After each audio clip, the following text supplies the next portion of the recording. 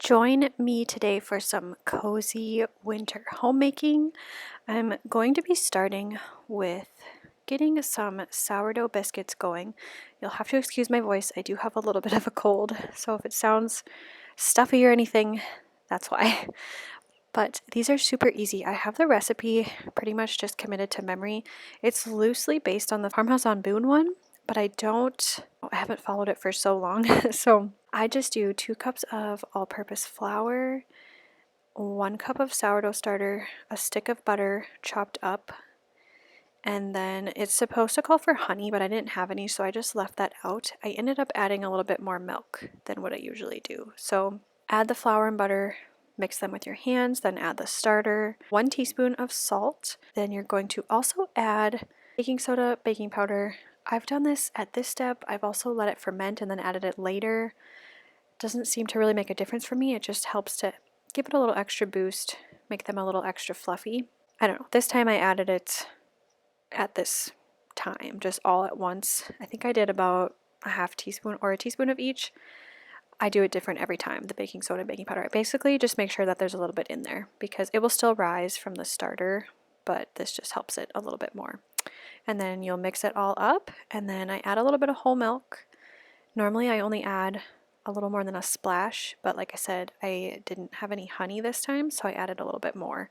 And they turned out so delicious and fluffy, which I will show you that later on in the video.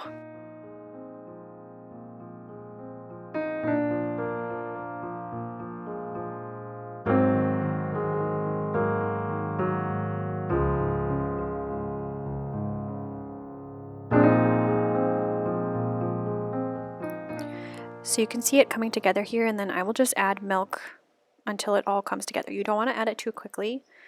Kind of got to be a little bit patient because if you add too much, then you'll have to add more flour and then it just kind of becomes a thing.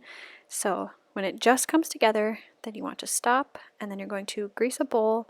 This bowl was a little bit overkill, but my other ones were all being used or were dirty. So using a large one, and then I'm just going to put it in the oven with my oven light on. It's nice and warm in there. Let them ferment, it'll rise, and then we'll bake them up at dinner. So I'm actually not really doing a ton of grains right now. I would really like to get a grain mill and do freshly milled grains, but it just has not been in the budget. So if I do anything like biscuits or pizza or whatever, I make sure that we get a good ferment in so that the grains are at least easier for the body to digest. But I would rather it be freshly milled because that's all the nutrition plus the fermentation, which is the best for your body overall. But we're not there yet, so we're just doing what we can. And I recently got this dish drying rack and I love it. I will have it linked below. We still have a dishwasher. I'm kind of doing a little bit of both. I thought maybe I would be ready to get rid of it, but I'm not yet because there's times when it's helpful if you get a little bit behind. But I'm loving this dish rack.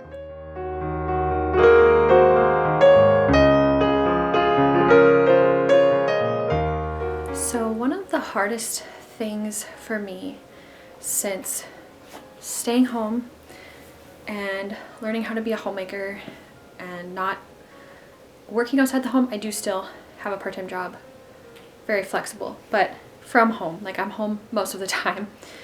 Learning how to live slowly, one of the hardest things that has been an adjustment for me is just that, learning how to live slowly. Coming home, even though there's a lot to be done, somewhat in charge of your own time.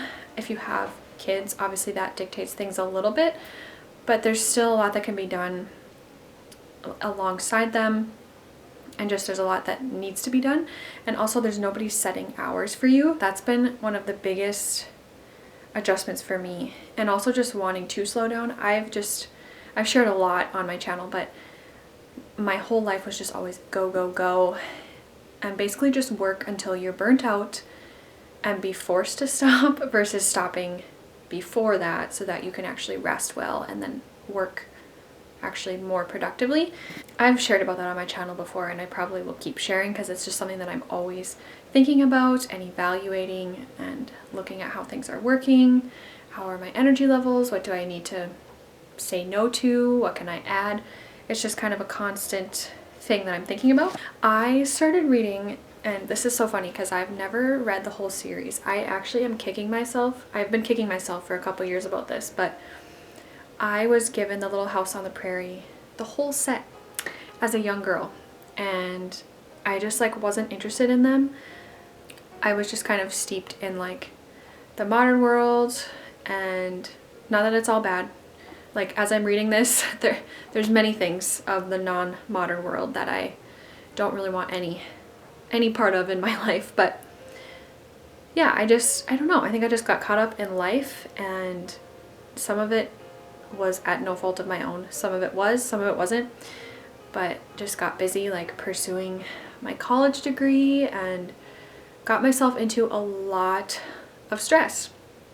And so I didn't realize that a slower pace of life is really what I wanted, and a very simple life. But undoing all of that is really hard. So anyway, I have this book. It's A Little House on the Prairie. I only have the one because I got rid of all of the set that I was given as a young girl, like years ago. Like I didn't do this recently. I got rid of them. Probably, honestly, it was maybe in high school, or I can't remember. It's been a long time. So since I've like felt this way about wanting to be a homemaker and stuff, which has been since like 2017, I haven't had them. So it was a while ago. So it's like we all do silly things when we're 17. A decade later and or so, I would read all of them. So, but I have this one, and it was actually my grandma and grandpa's because it's really old. And it has one of my uncle's names written in it. I don't know, it's just a really old version. I put the outside cover somewhere. I don't have it nearby, so I don't know what the publication. So I got a little interrupted, but I wanted to finish my thoughts from earlier. So as I'm reading this old version of this book, Little House on the Prairie, it's a really easy read, but I'm just struck the simplicity of it. Like they didn't even have a house for a while. They had a wagon. Then they have this little one-room house that Pa built, and the girls just come along for the chores, and then they play, and then they help, and then they play, and it's just so simple. And I just feel like modern times bring modern problems. So we have our own problems today, and that problems are just problems, you know, they're just whatever they may be. But it helps me realize like how simple. Can you stay over here though? You can drive it this way. It just helps me think, like, as I'm home with my one son, hopefully, Lord willing, more babies, and just like, okay, am I doing this right? And it's also so different now because people don't have land like they used to. So you are in neighborhoods, but then people aren't home. So it's like you have to go to activities sometimes to feel like you're, I don't know, you still need community. Like people still need that. But it's just been helpful to read it and to see how simple it is, or was, or can be. I guess that would be probably the right way to say it. But like I said, there's many things about their situation that I don't want like any part of in my own life. Like I'm very thankful for a lot of our modern amenities, but I think in that modern convenience and technology and stuff, like we've lost the simplicity. And so I've been enjoying that. So I just wanted to share those thoughts with you.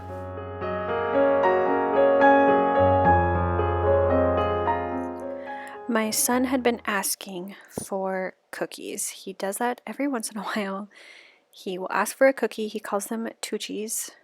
That's not exactly how he says it, but that's what it sounds like to us, and it's really cute. So that's what we started calling them.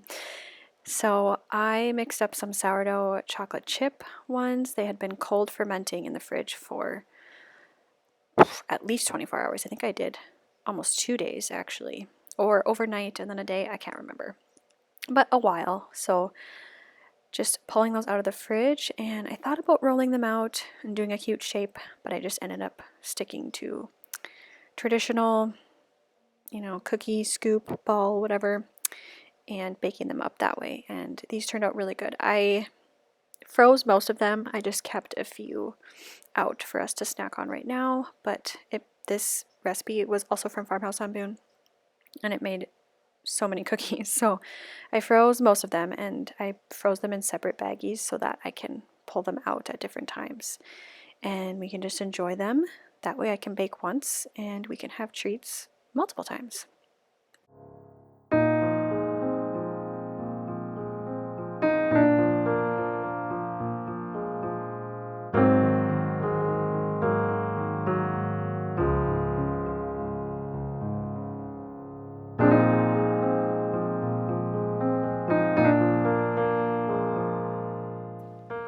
For biscuits, I usually use a mason jar lid, but I don't have any small lids anymore. Well, I have one, but it's in use because I have fermented honey garlic in my fridge, and that's what it's on.